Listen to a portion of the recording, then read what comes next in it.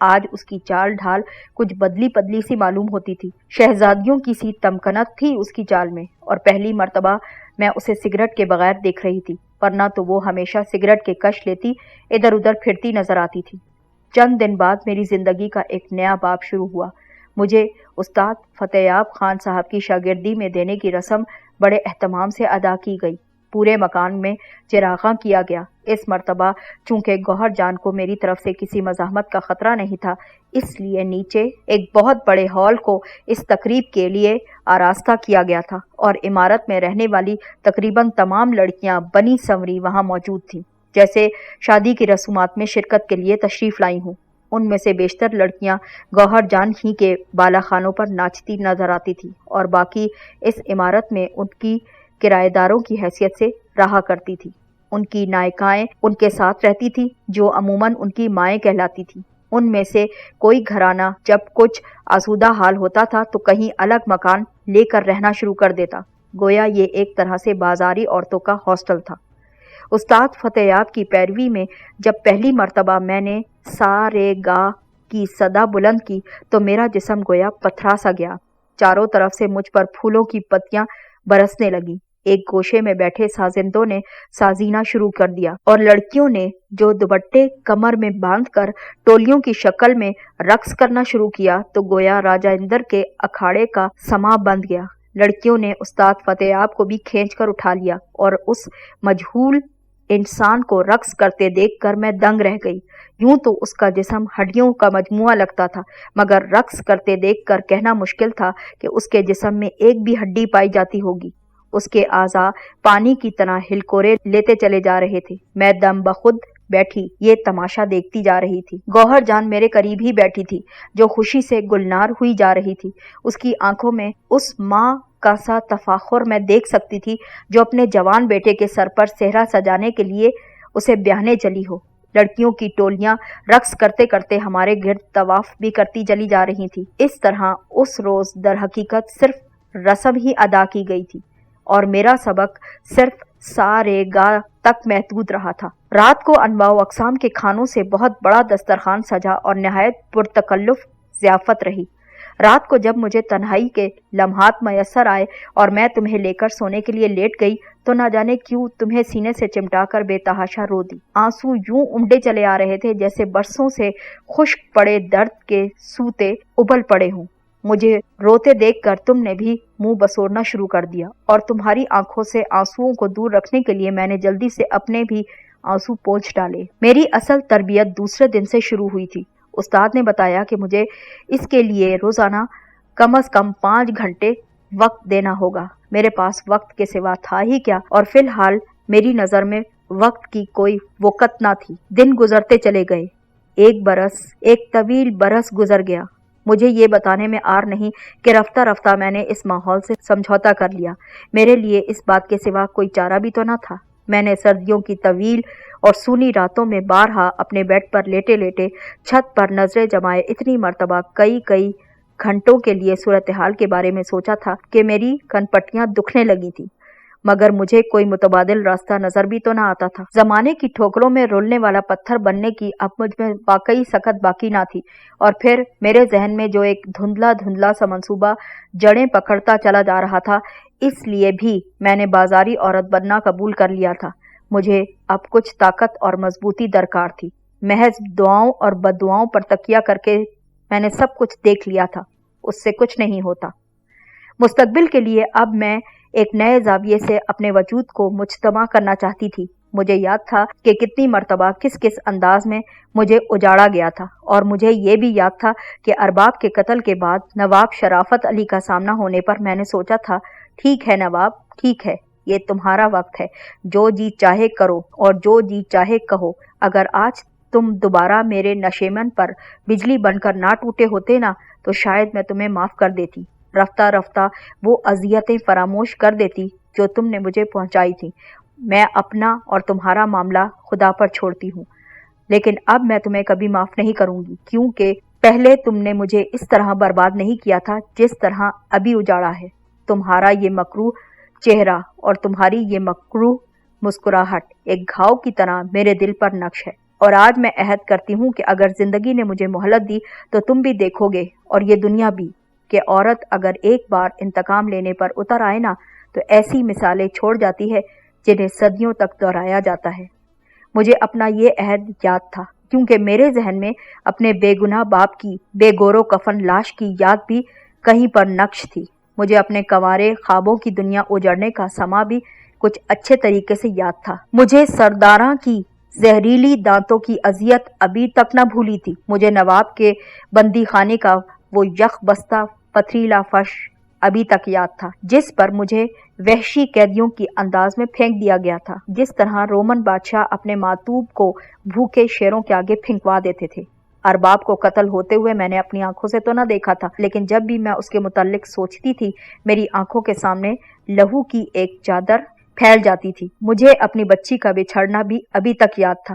مجھے وہ ٹھوکر بھی یاد تھی جو نواب کے باڈی گارڈ اس سیاہ فام جاٹ نے تمہاری نازک سی پنڈلی پر رسید کی تھی۔ مجھے گوہر جان کے ہاتھ میں ایک بے وقت جانور کی طرح 3 منزل کی بلندی پر تمہارا جھولنا اور دہشت زدہ ہو کر رونا بھی یاد تھا۔ زمانے کے قرضے مجھ پر بہت زیادہ بڑھ چکے تھے اور مجھے یہ سب کچھ چکانا تھا۔ بوجھ اتنا زیادہ ہو گیا تھا کہ اسے ساتھ لیے شاید مجھے خدا کے حضور میں پیش ہوتے ہوئے بھی شرم آتی، کیونکہ اس نے مجھے اشرف المخلوقات بنا کر زمین پر بھیجا تھا۔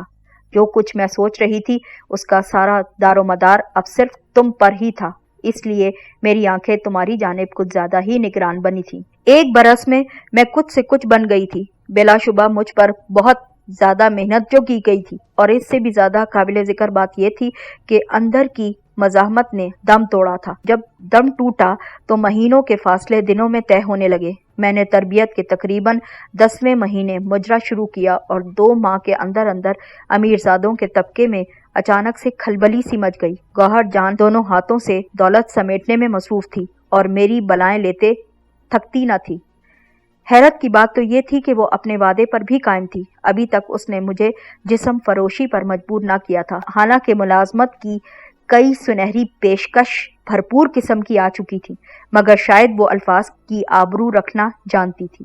بے آبرو عورت ہوتے ہوئے بھی شاید اس کو اس بات کا پاس تھا۔ اب مجھ پر ہر طرح سے اعتبار کیا جانے لگا تھا۔ مجھے کسی خادمہ وغیرہ کو ساتھ لے کر کہیں بھی آنے جانے کی آزادی تھی، جو چیز چاہتی منگوا سکتی تھی۔ دل کی افسردگی اگر بہت زیادہ بڑھتی تو کسی دن رقص کرنے سے انکار بھی کر دیتی اور کوئی مجھے مجبور نہ کرتا تھا۔ مجھے چھینک بھی آ جاتی تو کئی حکیم اور ڈاکٹر بلوا لیے جاتے۔ زیورات اور روپیہ پیسہ میرے سامنے پڑا رہتا۔ میں اکثر سر شام اپنے بالا خانے کی بالکونی میں کھڑے ہو کر تھکی آنکھوں سے بازار کا تماشا دیکھا کرتی اور نہ جانے کیا کیا سوچا کرتی تھی۔ میرے سامنے اب ایک اور مسئلہ دھیرے دھیرے سر اٹھا رہا تھا اور وہ نہایت اہم تھا۔ تم ہوش مند ہوتے چلے جا رہے تھے اور دن بدن وہ عمر قریب آ رہی تھی جب گرد و پیش اور ماحول کے نقوش ذہن پر ثبت ہونے لگتے ہیں۔ گہرے نہیں تو ہلکے تو صحیح، لیکن پڑھتے تو ہیں۔ بے شک تم گھر پر ہی رہتے تھے، لیکن بالآخر میں نے تمہیں تعلیم و تربیت اور اپنی جاگتی آنکھوں سے دیکھے ہوئے خوابوں کی تکمیل کے لیے باہر تو بھیجنا ہی تھا، اور ایک بار تم گھر سے نکلتے تو تمہارے ذہن پر ماحول کے نقش ثبت ہونے میں زیادہ عرصہ نہ لگنا تھا۔ اس عمر سے بہت پہلے میں تمہیں یہاں سے کہیں دور بھیج دینا چاہتی تھی، لیکن جو کچھ میں سوچتی تھی اس کے لیے فی الحال کوئی واضح طریقہ کار میرے ذہن میں موجود نہ تھا، اور ان تمام معاملات میں کسی دوسرے فرد سے تبادلہ خیال تو درکنار کسی کو اپنے ارادوں کی ہوا بھی لگنے نہیں دینا چاہتی تھی۔ اسی سال کے وسط میں ایک عجیب سا واقعہ پیش آیا، بلکہ اسے حادثہ کہنا چاہیے۔ آج بھی اس کے بارے میں سوچتی ہوں تو کوئی توجہ ذہن میں نہیں آتی۔ وہی کنواں نما مکان جہاں ہم سب رہا کرتے تھے اور جس کا نام گوہر جان نے اپنی ماں کے نام پر کاشانہ عشرت رکھا تھا، اس کی 3ری منزل کی بالکونی میں کھڑی ایک روز گوہر جان سگریٹ پی رہی تھی۔ سپہر کا وقت تھا، ہم لوگ کچھ ہی دیر پہلے سو کر اٹھے تھے۔ میں طبیعت کی کسل مندی اور سستی دور کرنے کے لیے اپنے رہائشی پورشن کے سامنے بالکونی ہی میں تمہارے ساتھ کھیلتی نظر آ رہی تھی۔ دور کھڑی گوہر جان کو میں صاف طور پر دیکھ رہی تھی۔ میں نے ایک لمحے کے لیے اس کی طرف سے منہ موڑا ہی تھا کہ اچانک ایک دھماکہ ہوا۔ میں نے ہڑبڑا کر پلٹ کے دیکھا، عین اس مقام سے بالکونی کا 2-2.5 گز کا ٹکڑا غائب تھا جہاں گوہر جان کھڑی تھی۔ اس جگہ بالکونی کے فرش میں ایک خلا رہ گیا تھا